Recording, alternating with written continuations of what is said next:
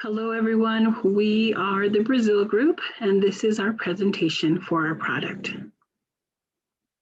As a group, we have decided that the product we would like to market is pesticides.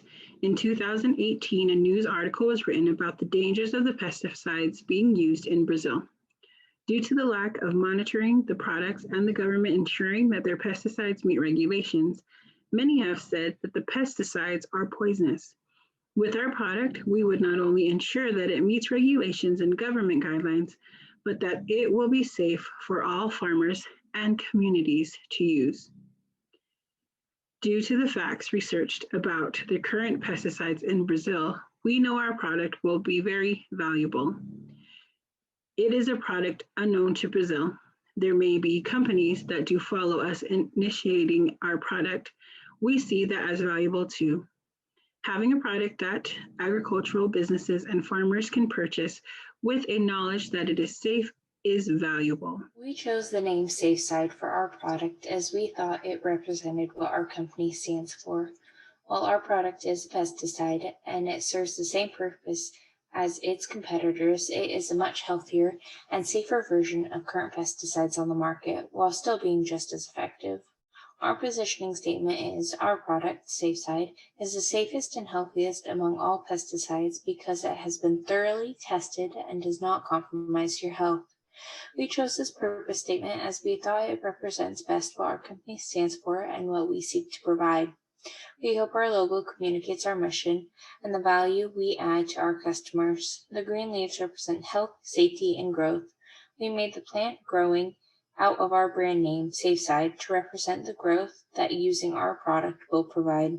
We chose the drop, representing our pesticide, to be yellow, representing the life that it fosters. Just as a plant receives its nutrition through its root system, cide will be a critical source of nutrition for the crops of the customers we support. We all benefit from a more health-conscious approach to our food, and that is the message of our logo. The two remaining choices for our entry strategy are to do a joint venture or a wholly owned subsidiary. For the joint venture, we would benefit from the experience and knowledge from a local partner. They would be able to provide insight into the local market and local culture. Working with another company, however, can lead to disputes between the two companies on how to proceed. The biggest downside is that all profits are shared with the other company. A wholly owned subsidiary avoids some of the issues that would be seen from a joint venture, as we would maintain 100% control over the company and all profits. We would be free to make any business decisions we see fit and would be able to keep all the profits that we make. This method does come with some more risk because the startup costs are high, and if the company fails, all of those funds are lost. Our recommendation is to pursue the wholly owned subsidiary option because we are confident that our strategy and product will provide us sufficient profits without having to rely on another company to help us get started. In brief, our sales and distribution strategies include both a retail strategy focused on distribution through our hired agents to get our products on the shelves where our customers shop. We'll also be using a wholesale strategy. We'll be choosing a variety of wholesalers to reach our larger customer base. This will require us to forecast and invest in a large supply according to our negotiations with our wholesaler partners.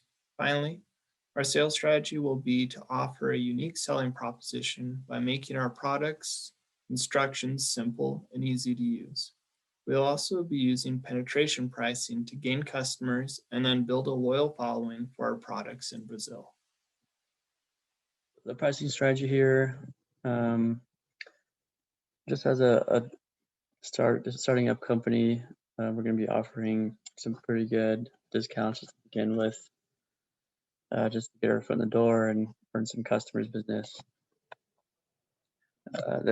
This is a business with a recurring revenue, and so once you get a customer, bills keep retention and keep them around, so we can afford to give out discounts at the beginning in hopes that we'll have a long-term customer for a long time. We'll be focusing on smaller farms, not as much the big corporations, big companies.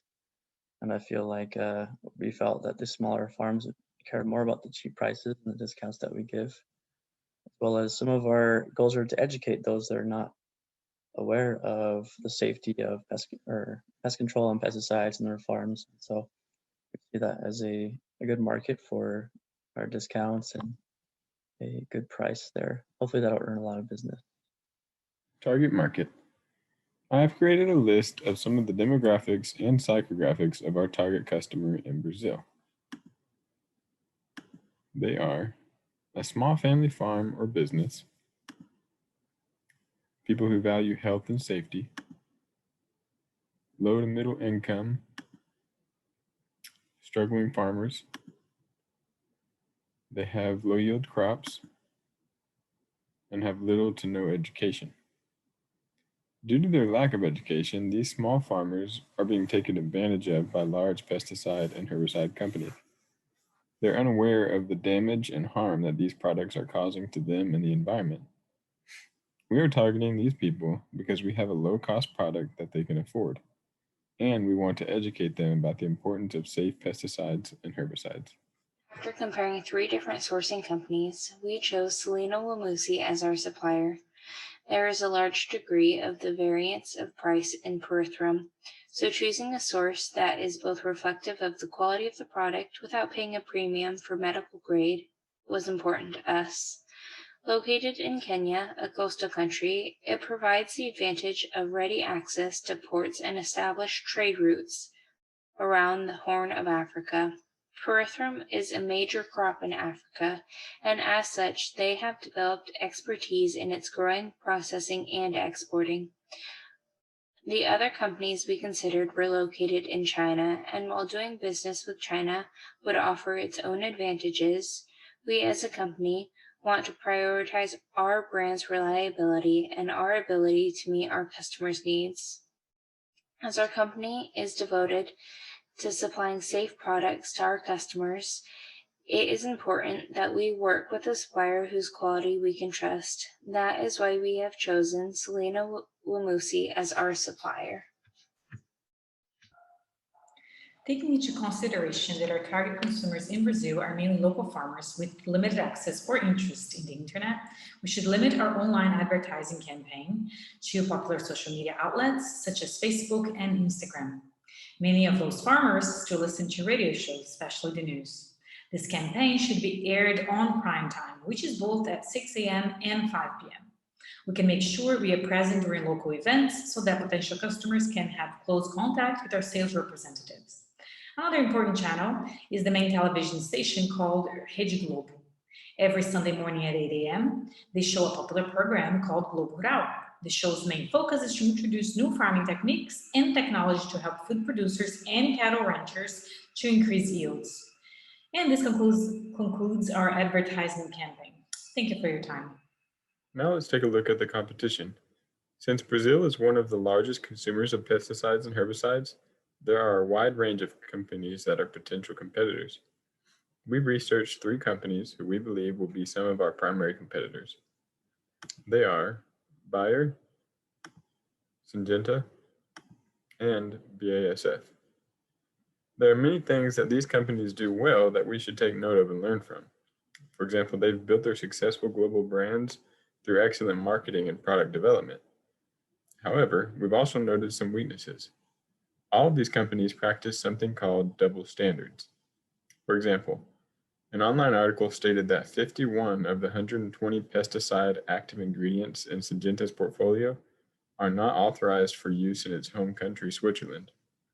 16 of them were banned because of their impact on human health and the environment.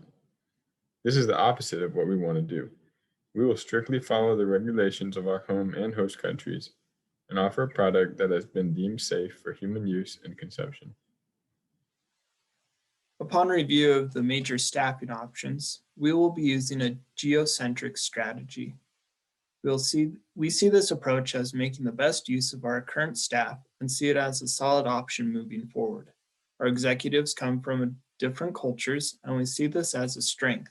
A geocentric staffing policy will help us unify our company culture, even though we are from different nationalities. As you can see by the image, we have a functional organization with key position roles and responsibilities. Each manager will be in charge of their department's functions and manage the operations and tasks within those departments. The pay and compensation here, split into 3 levels. Upper level, our performance-based pay. Pretty simple, pretty much. So if, let's say the company grows 30% in the year, it's going to look good for their paycheck. So it's a lot of motivation for them to work hard and keep the company running smoothly. Mid-level, a lot of performance-based pay as well. The commission, for example, you see sales managers receive commission over their employees, their sales teams. Then lower level here, the local branch managers will be deciding what is a fair pay for the current market that they live in, and the competing wages that are in the area, and offer a fair wage there. Of course, still more performance-based pay that goes top to bottom to the company, just to make sure everyone's engaged and working hard, and it's really motivating. Our staffing model will use a geocentric strategy. This is the best way for us to ensure that key positions in marketing, distribution, and sales are held by the best person for the job, regardless of their country of origin. This approach can be more expensive, but having positions filled by the best people is something that we need to focus on to ensure productivity and profitability. An ethnocentric approach would require high relocation fees and would not allow us the additional perspective that a native Brazilian could provide. A polycentric approach is cheaper, but it can cause some disconnect between management in the home country and the workers. And that is our presentation. Thank you. We hope you enjoyed it.